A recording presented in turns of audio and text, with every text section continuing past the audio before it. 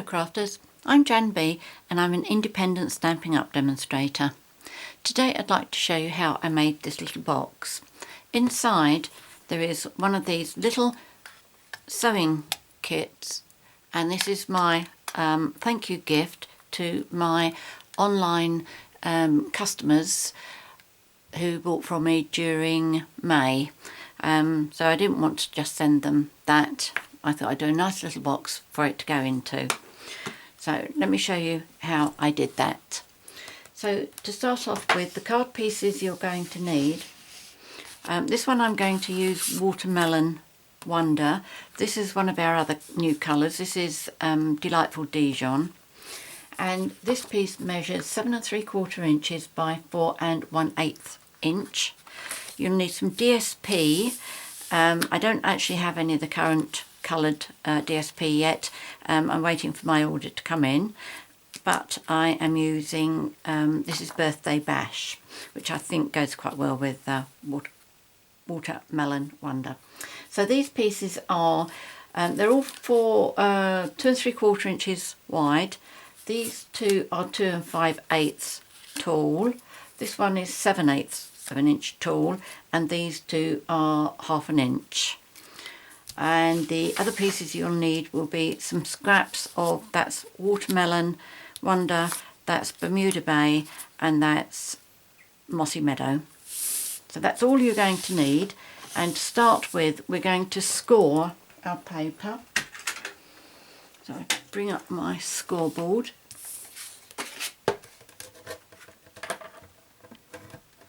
Okay, now first of all, can you see that? Right, okay, yes, I think that's okay, isn't it? I need to score down both sides across the horizontal top at, I'm sure it was 5/8 of an inch. I can't see where I've written that down, but it is certainly 5/8 of an inch. But because it's a bit tight over here doing such a short margin, what I'm going to do is I'm going to come over this side and come in 5/8, which means I'm doing it at 3 1/2 inches. And then I'll turn it around and do 3 1/2 again. As you can see, that's just so much easier than trying to fiddle over here. Right, okay, now this we are going to score at 1 inch, 1 5/8, 4 3/8, 5 inches, and that's it. That should finish at 7 3/4. Yes, it does. Okay, so I've moved that back down there. Now the pieces that you're going to need to cut is, if you hold your piece, so you've got the small bit at the top, and can you see those lines there? Let's turn it over, maybe the bumpy bit's a bit easier. It's not very easy, is it? Oh yes, there we go. Okay, so this is a short piece here, and then there's one of the very narrow pieces there. So what you're going to do is cut that piece there and that piece there. We'll do that bit first.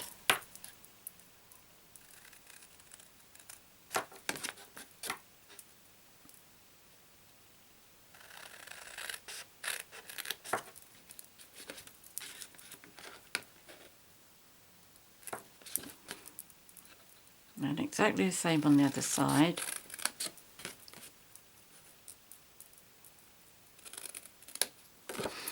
And then when we have the two close lines here, we're going to cut up to the score line. And just take a little notch, a little V, so that helps when you fold it over. Let me show you the little piece I've cut out. Okay, tiny, tiny little triangle there. And do that on all four.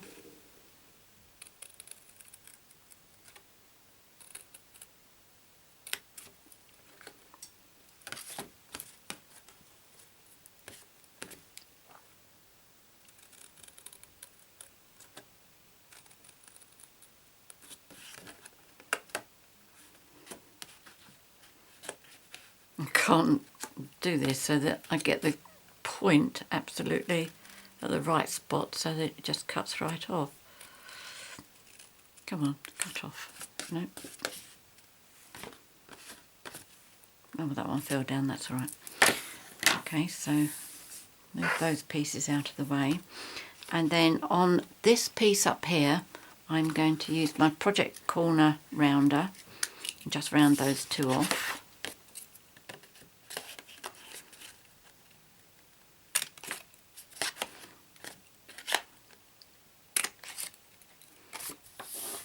And those two can go there.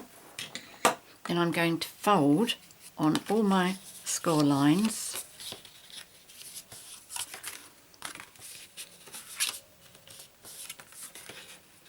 And as always, when you are folding, just make sure your straight lines match up at the sides, otherwise you'll finish up with one very wonky box.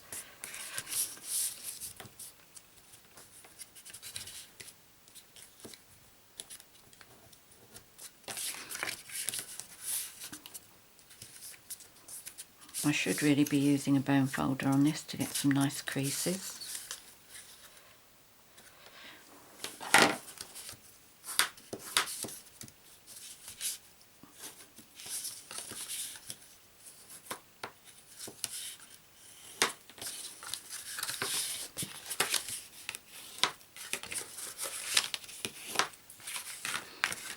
I realise the chances of you actually wanting to make a box the size that I've made here, although you may want to, because you know chocolates would fit in really nicely in there, and all sorts of little gifts that you might want to give to somebody, but at least it's giving you the idea of how to make a box.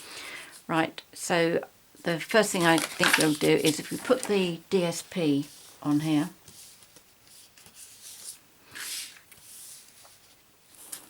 so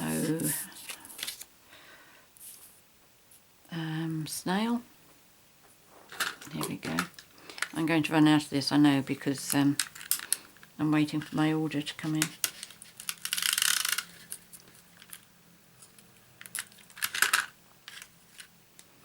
Okay, so we have one piece on here.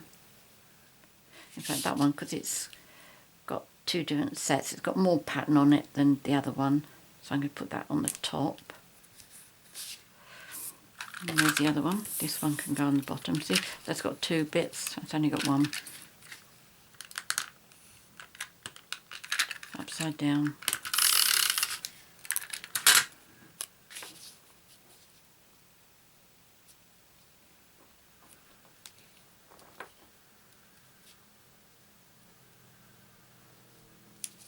There we go. And then the larger piece is for the flap. So I need to round two corners on that as well.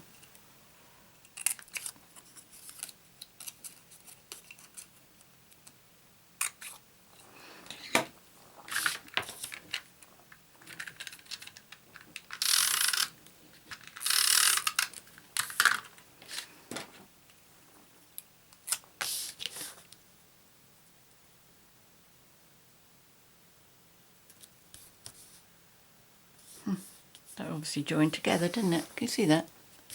I've cut that from the same sheet. I wonder. No, that's not, is it? Is that the one? No, that's not either. Well, there you go. Never mind.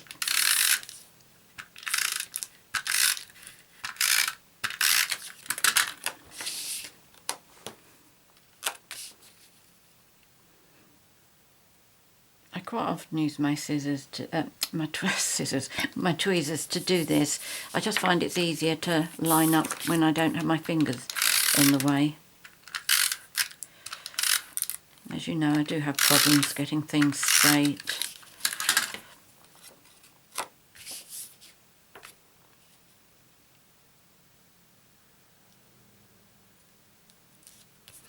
There we go.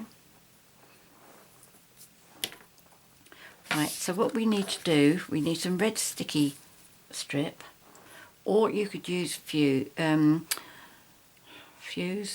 what do we call it? Fast fuse.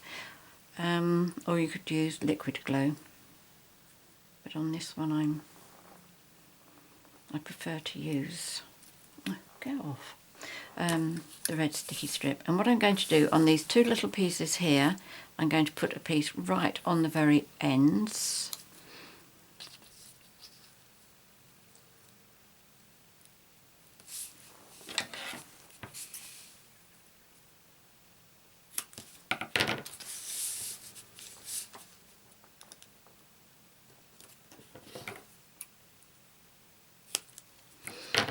Just run your finger nail over that, makes it so much easier to try and pick it off later. And then you also need, on the inside of these two pieces, is that right? Hold on, think about what you're doing on the inside of these two. Okay, so it's the opposite side to the flap, which is effectively the front of the, going to be the front of the box. Don't know what that bit of fluff was, did you see it? It's gone now. So I'm going to put that close to the edge, from top to bottom, and on the other side.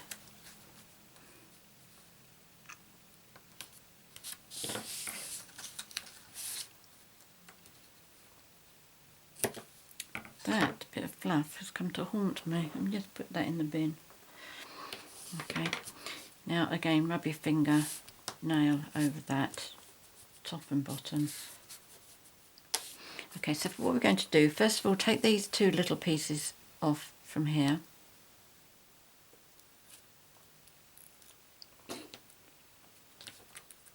And that one.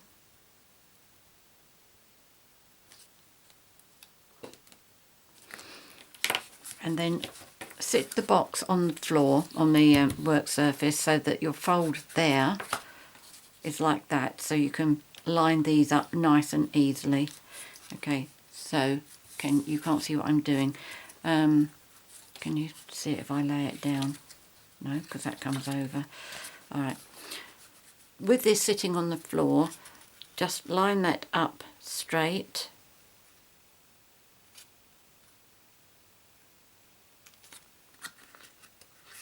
And that one nice and straight as well.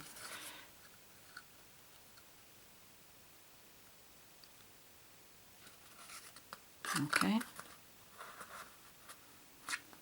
And then we take off the red sticky strips off these two.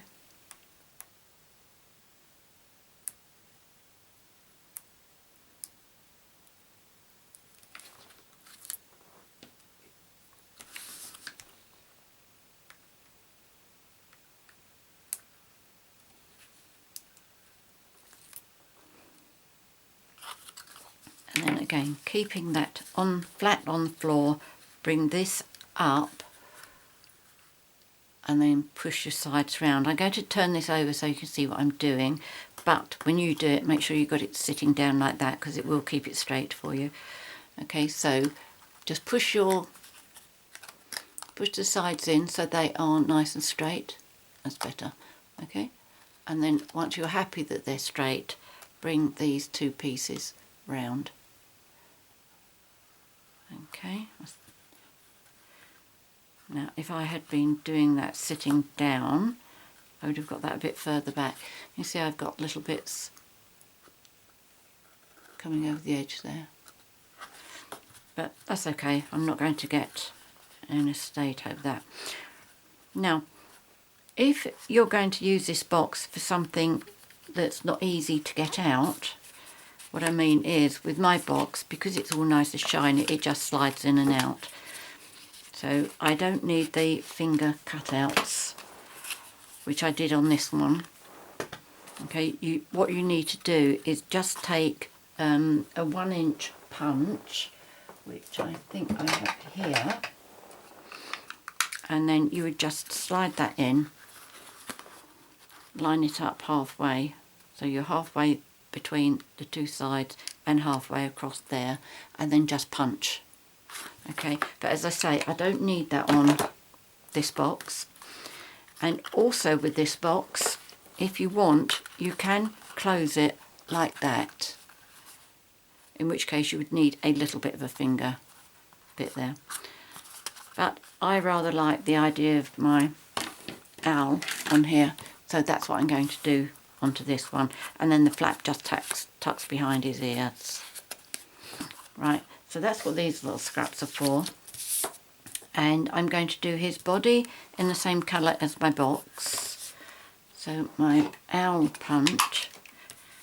So just bring my scrap of paper in for the body. Oh, that's good. I've got my heart in it as well. I've got 2 circles. Not that I need those, but they will be put on one side in case I need them for something.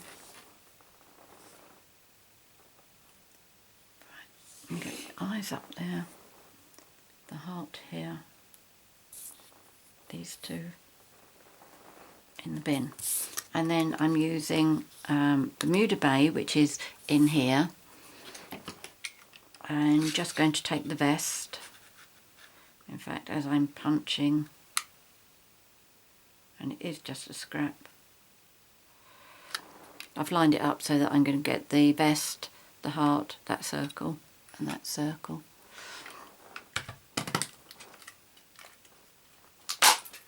That's it. So the circles can go there, the heart can stay there, but I will have this one. Okay, so there's that and there's that. And then also on this punch, I've done 2, let me show you on here. Okay, so I've done 2 large white ones, I've done 2 small white ones, and I've done 2 black ones there. Okay,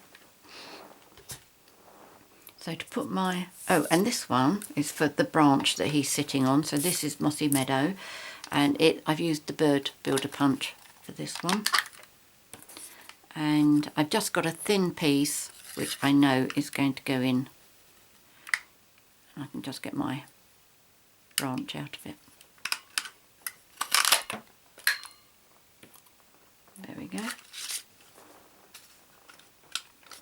So that's all the pieces I'm going to need for this.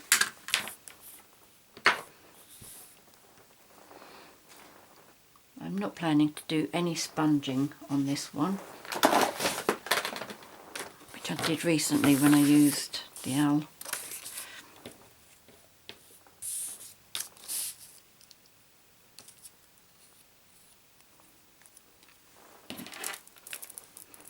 Got a little furry bit left on there. That's it, that's fine. So to stick this, I'm going to use my 2-way glue pen. Just make sure it's got glue coming through. And then I'm going to glue the back of this. Quite often with punching, things have a right side and a wrong side. But on this one, I don't think there is. I'm always checking, but I can never tell which side looks better than the other. Right, so put his vest down here.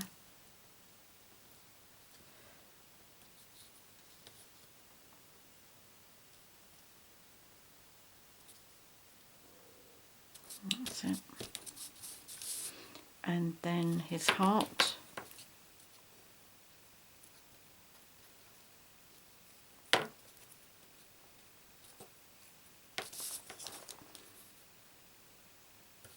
On his vest. Then the large eyes. Now if you position these just above his vest, you'll find that it gives you a beak. And what I mean is put that one so that the circle fits into this curve. Then this one fits into the curve of this circle and just about touches that eye, and you've got the little beak inside there. Very, very well designed, this. And then we have the black bits of his eyes.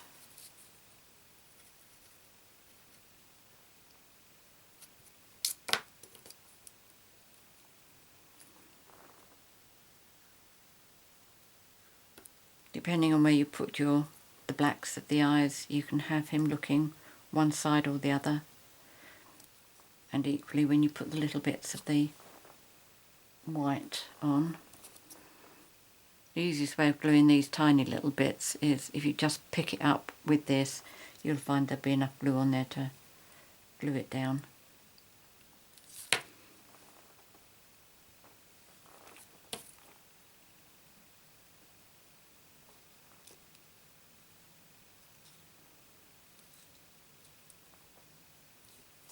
I just think he's so cute.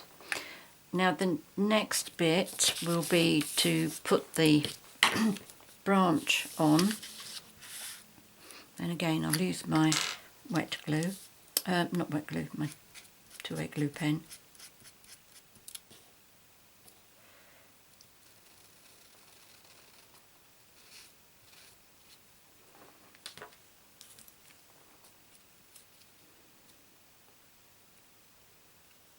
Now with this you need to know where you're going to be putting your owl,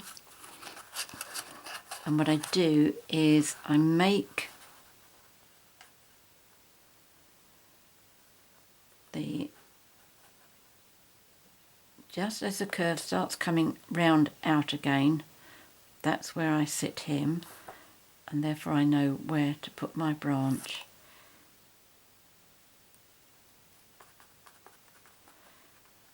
Okay, so that goes there. I'll need a couple of dimensionals for this.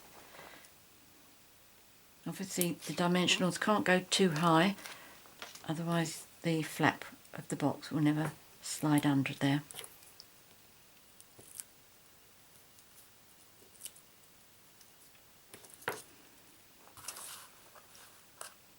Okay, so what I'll do is just make sure, yep, that's going to be fine. I'll set him on there. Yes, he's straight, and there we go. Isn't that cute? I could put one of these in here. I could do it like that, or I could do it like that. There we go. I think that's pretty cute, that one. Anyway, many thanks for watching my video. If you have any questions, please contact me. If you'd like to make a box that's slightly different size, let me know and I'll work out the dimensions for you. If you've enjoyed my video, please subscribe to my YouTube channel by clicking on the subscribe button at the top right hand side of the screen or down below. If you'd like to buy any of the products that I featured here, please visit my 24/7 online Stampin' Up shop. The link is on the screen now and it will be down below that way. Many thanks for joining me today. Until next time, happy crafting. Cheerio.